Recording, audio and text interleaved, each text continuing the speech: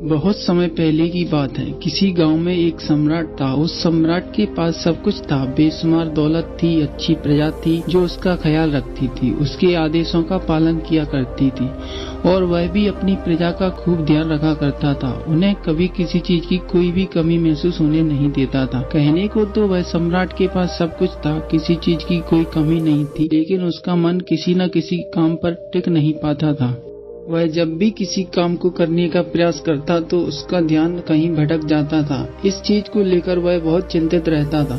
कई बार वह अपने बगल के राज्य के राजाओं से भी मिला और सभी ने उन्हें अलग अलग राय दी। सभी ने उसे अलग अलग तरीके भी बताए। जो भी तरीके उस सम्राट ने सुने थे उन तरीकों को अपने जीवन में उतारा, लेकिन उन उपायों से उसे कोई लाभ न मिला, जिसके कारण वह हमेशा चिंतित रहता था, परेशान रहता था। कई बार तो रातों को उसे नींद भी नहीं आती और केवल करवटें बदलता रहता था।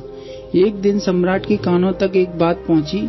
दूर गांव में एक व्यक्ति है जिसकी बातों में जीवन का रहस्य छुपा है, जीवन का सत्य छुपा है और उस व्यक्ति से मिलने के लिए लोग दूर दूर से आते हैं, क्योंकि हर व्यक्ति की समस्या का समाधान वह बहुत ही सरलता और आसानी से करता है। यह बात सुनकर सम्राट बहुत प्रसन्न हुआ। उसे लगा कि अब उसके सवालों का जवाब उसे मिल जाएगा। इतनी तारीफ सुनकर सम्राट ने यह तय किया कि वह तुरंत ही जाकर उस व्यक्ति से मिलेगा और उसे यह भी पता चल जाए कि जो लोग उनकी इतनी तारीफ कर रहे हैं क्या वह सच है या नहीं।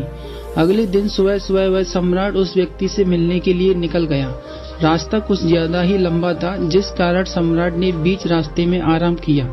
वहां पर उपस्थित हर कोई उस व्यक्ति के बारे में जानता था। जब सम्राट ने उनसे उस व्यक्ति के बारे में पूछा तो वे लोग उस असाधारण व्यक्ति की खूब तारीफ कर रहे थे। तभी सम्राट ने सोचा कि लगता है यह व्यक्ति बहुत बुद्धिमान है, बहुत ज्ञानी होगा और प्रभावशाली व्यक्ति होगा, अन्यथा हर कोई इसकी इतनी तारीफ नहीं करता।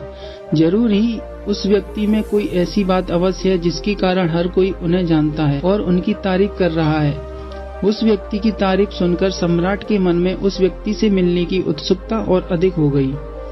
अब वह सम्राट जल्द से जल्द उस व्यक्ति से मिलना चाहता था, जिसके कारण वह आगे का सफर तय करना शुरू कर देता है। जैसे तैसे वह सम्राट उस व्यक्ति के आश्रम में पहुंचा तो उसे आश्रम में कोई नहीं दिखा। आश्रम के पीछे एक छोटा सा बगीचा था। जब सम्राट वहां पहुंचा तो उसने देखा कि एक माली बगीचे में काम कर रहा है। उसका पूरा शरीर मिट्टी से लथपथ, पैरों में कोई चप्पल नहीं थी। इसको देखकर सम्राट ने माली से कहा, सुनिए महोदय, इस आश्रम के मालिक कहाँ हैं? मैं उनसे मिलने आया हूँ। इस पर वह माली जवाब देते हुए कहता है, श्रीमान आप अंदर बैठिए, मैं उन्हें बुलाता हूँ, वह जल्दी आपसे मिलेंगे।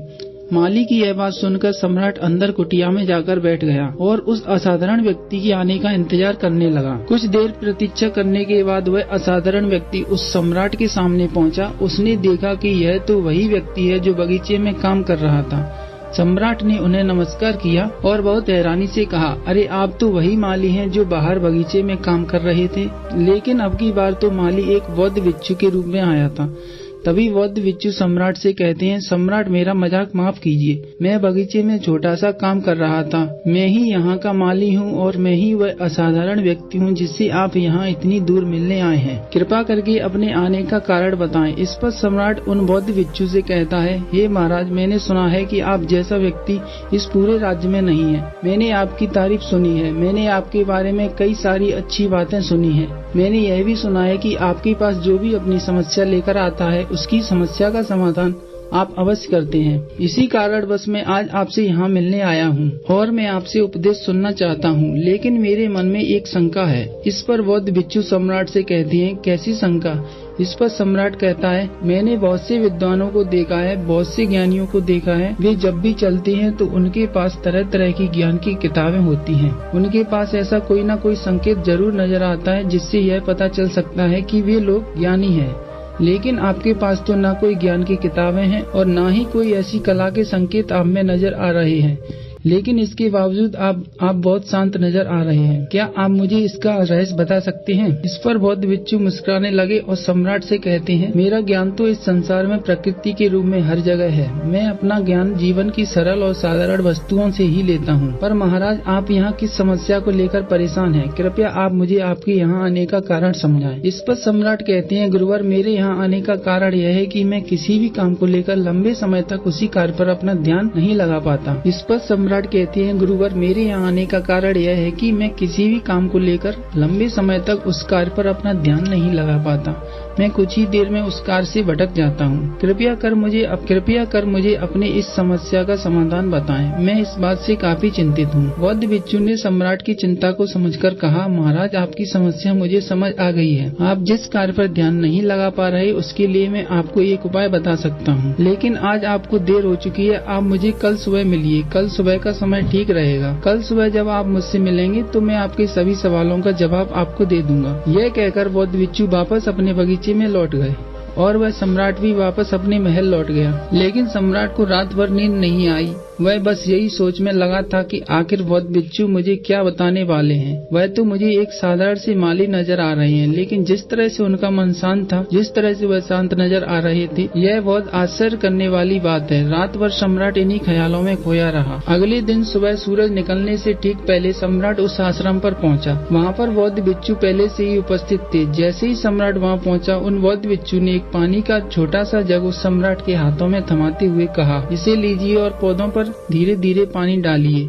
और ऐसा करते करते है आपके सामने पूरे 15 पौधे हैं। इन सभी पर आपको इसी प्रकार पानी डालते चले जाना है। लेकिन जब आप इस क्रिया को कर रहे होंगे तो उस वक्त मेरी एक बात का अवश्य ध्यान रखिएगा कि आपको इस दौरान कुछ और नहीं करना है, ना कुछ सोचना है और ना ही कहीं आपका ध्यान भटकना चाहिए। आप जब इन पौधों को पानी दे रहे होंगे तो आपका पूरा ध्यान केवल इन पौधों पर ही होना चाहिए। यदि इस बीच आपके मन में कोई विचार आए तो वहीं पर रुक जाइएगा और फिर दोबारा से पहले पौधे से पानी डालना शुरू कीजिए। और जब आप मेरी बात मानकर ठीक इसी प्रकार सभी 15 पौधों को पानी दे देंगे, तब आप मेरे पास आइए और मैं आपके सभी सवालों का जवाब आपको दे दूंगा। उस सम्राट ने आज तक कोई ऐसा काम नहीं किया था और सम्राट को यह बहुत छोटा सा लग रहा था। सम्राट पहली बार ऐसा कोई काम करने जा रहा था। उस पानी के जग से पहले पौधे पर बहुत ही ध्यानपूर्वक पानी दिया और फिर दूसरे पौधे की ओर आगे गया। दूसरे पौधे पर भी उसने ध्यानपूर्वक पानी दिया। फिर उसने तीसरे पौधे पर पानी देना शुरू ही किया था कि उसके मन में तरह तरह के विचार उत्पन्न होने लगे। उसे अपने महल का बगीचा याद आने लगा, जहाँ पर तरह तरह के फूल थे, तरह तरह के पौधे लगे हुए थे।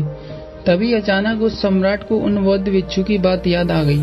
यदि मन में कोई भी विचार उत्पन्न हो तो उसे फिर से पहले पौधे से पानी देना शुरू करना होगा। तुरंत ही पहले पौधे के पास वापस पहुंचा और उसने फिर से पहले पौधे को पानी दिया। दूसरे पौधे को उसने फिर से ध्यानपूर्वक पानी दिया। जैसे ही वह तीसरे पौधे पर पहुंचा, उसके मन में फिर से कई तरह के विचार उत्पन्न होने लगे। अब की बार वह यह सोच रहा था, पता नहीं मेरे बिना मेरे साम्राज्य में क्या हो रहा होगा। और अब की बार सम्राट को बहुत क्रोध आने लगा। उसने सोचा कि आखिर मैं यह छोटा सा कार्य क्यों नहीं कर पा रहा हूँ। वह तुरंत ही फिर से पहले पौधे के पास पहुंचा। उसने अब की बार बहुत ध्यानपूर्वक पहले पौधे को पानी दिया, दूसरे पौधे को भी ध्यानपूर्वक पानी दिया। ऐसे करते करते अब की बार सम्राट करीबन 5 पौधों में बहुत ही ध्यान से पानी दे चुका था। लेकिन अब की बार जैसे ही उसने छठे पौधे पर पानी देना शुरू किया, उस पानी को देखकर सम्राट के मन में नदी के विचार उत्पन्न होने लगे और सम्राट अब बहुत परेशान हो चुका था। जितनी बार वह पौधे को पानी देने का प्रयास करता, हर बार वह असफल हो जाता।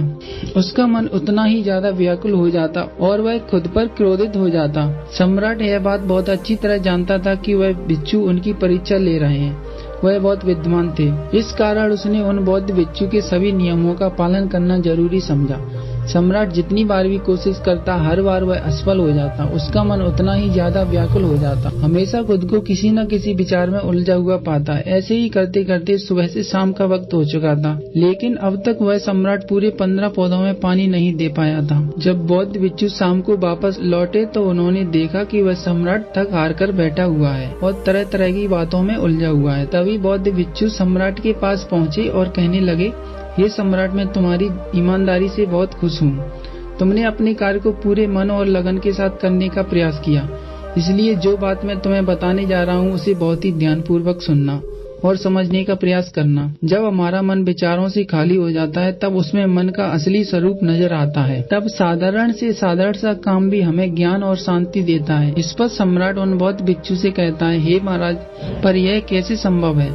मैं तो जब भी कोई कार्य करता हूँ तो मन में कई तरह के विचार उत्पन्न होते हैं और मैं उन विचारों में फंसकर रह जाता हूँ और वहाँ से बाहर निकलने का कोई रास्ता मुझे नजर नहीं आता।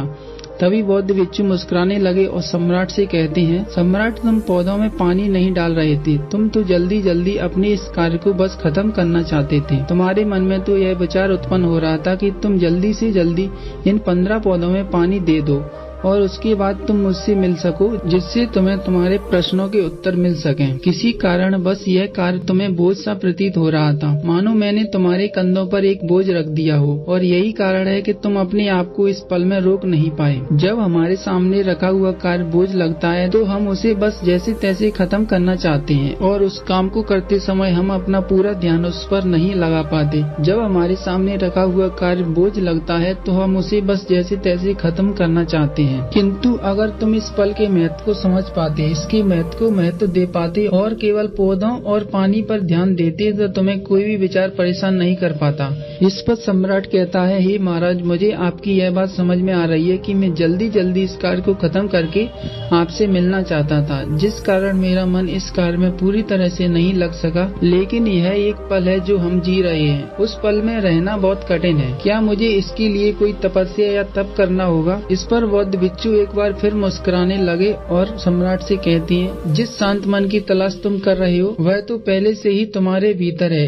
इसके लिए तुम्हें कहीं भी जाने की कोई आवश्यकता नहीं है और न ही तुम्हें कहीं शांत जगह जाने की आवश्यकता है। इसके लिए कुछ जरूरी है तो वह है अपनी सांसों पर ध्यान देना। इसलिए अपनी सांसों पर ध्यान देना सीखो। हम किस तरह से सांसें ले रहे हैं और किस तरह से त्याग रहे हैं, इस बात को देखने और समझने का प्रयास करो। तब तुम्हें यह समझ में आ जाएगा कि तुम्हारा शांत मन तो तुम्हारी सांसों के साथ ही बना हुआ है। उसके बाद तुम चाहो तो कोई भी कार्य करते वक्त भी अपनी सांसों पर ध्यान दे सकते हो। जब तुम कहीं चल रहे हो और कोई ऐसा कार्य कर रहे हो तो तुम्हें अपनी सांसों पर ध्यान देना चाहिए, या कोई भी ऐसी क्रिया जो तुम्हें वर्तमान से बांधे रखे। इसका एक और तरीका है, 2-4 मिनट अपने आसपास की प्रकृति पर गौर करो, देखो कि क्या चल रहा है तुम्हारे आसपास। इससे तुम वर्तमान में आ जाओगे। फिर तुम अपने कार्य को जल्दी जल्दी बस यूं ही खत्म नहीं करके उसे पूरे मन से करने का प्रयास करो, जिससे तुम्हारा मन एकाग्र होगा। और जब तुम्हारा मन एकाग्र होगा तो तुम चाहे कोई भी कार्य करो, फिर चाहे वह छोटा हो या बड़ा, तुम्हारा मन उसमें पूरी तरह से विलीन हो जाएगा और वह कार्य तुम्हें शांति और ज्ञान भी प्रदान करेगा। ऐसे समय पर हमारे मन में किसी प्रकार के कोई विचार उत्पन्न नहीं हो पाते, और जब हम ऐसा करते हैं तो कर्ता और कर्म एक हो जाते हैं और हमारे भीतर की जो भी शांति है वह प्रकट होने लगती है। हम उसमें मग्न हो जाते हैं। इसे तुम चाहे तो आनंद कह सकते हो या फिर वर्तमान में जीना कह सकते हो, और यह अवस्था सरलता से प्राप्त ही कर सकते हो। बस तुम्हें केवल अभ्यास करना होगा। बौद्ध भिक्षु सम्राट से कहते हैं, जो मन मुश्किलों में शांत रहता है,